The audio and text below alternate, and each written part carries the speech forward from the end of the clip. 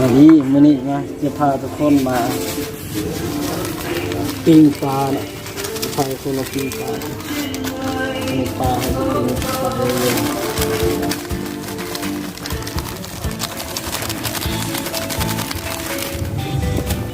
เดี๋ยวเราจะคนมาเนี่ย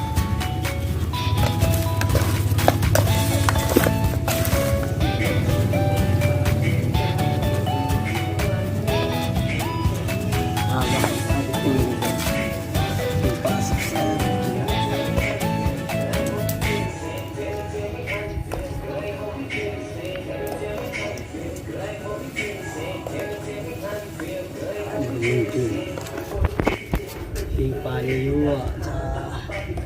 จะปิ้งแซ่บๆให้กิน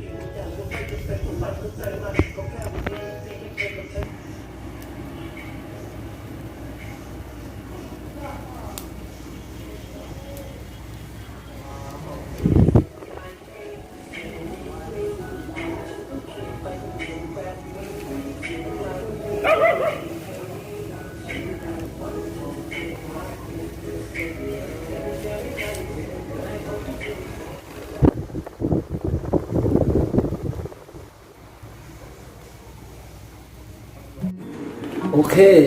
นะตอนนี้สุกเลยเด้อปิ้งปลานะเห็นบอกปลาเป็นตากินขนาดนั้นตัวใหญ่ปลาไปหาเองเนี่ยมันนี่ไปหาปลาในน้ำคลองคนตกไปหาปลาในน้ำคลองในตัวใหญ่ๆมันมากินเลยกินตัวใดเรื่อง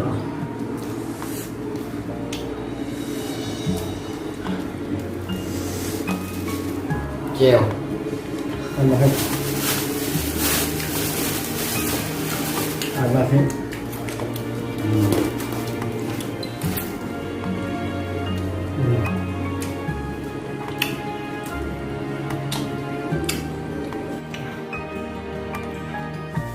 ปลาตัวนี้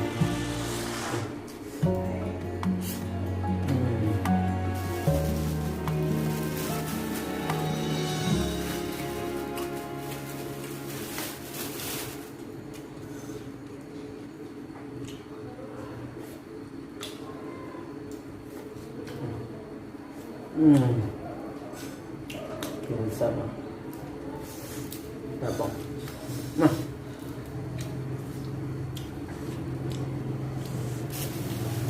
นี่เป็นจัดการ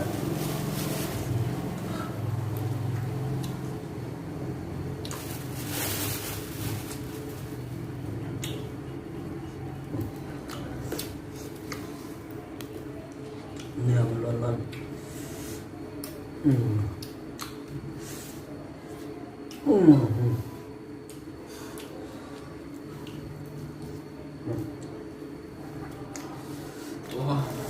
คนตกมันเนี่ยบ่ได้ไปเวียก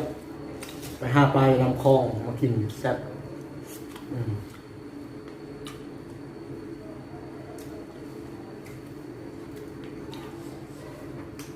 ไม่เอาปลาลำคลองปลาน้อยแบบนี้แซ่บอันนี้ตัวนี้ปิงไหม้แบบนี้กินแซ่บปิงปลา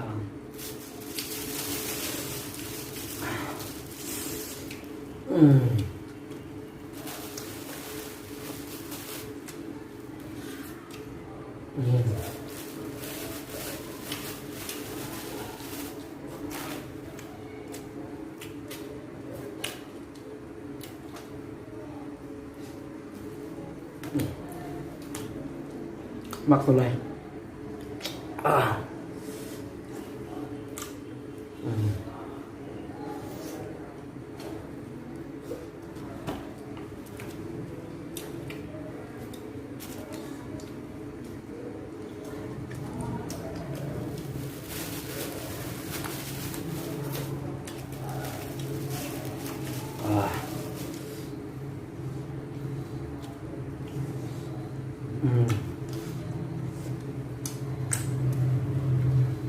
บ้านนี่กินง่ายบอกใครมีกาว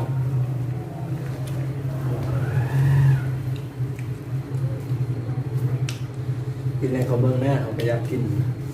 เงินบอกจะก็อยากกินเหมือนว่า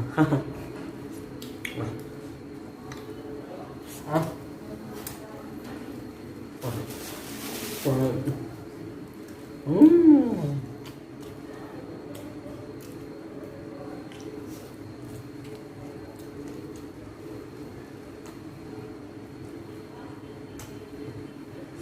อืม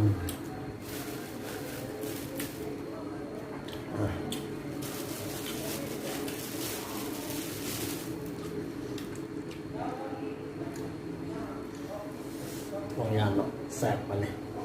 อ่ะ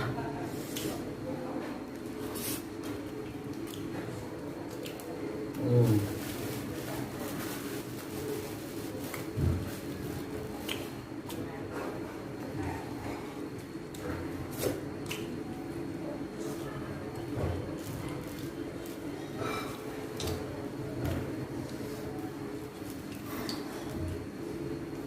ว้ายตัวไหนเนาะตัวไหนก็แซ่บบุกจะเลือกตัวไหนเนาะนี่ก็แซ่บเนาะกินไม่ไหม้แบบนี้กินจริงแซ่บอ้อแน่นดีมั้งซินบังแน่น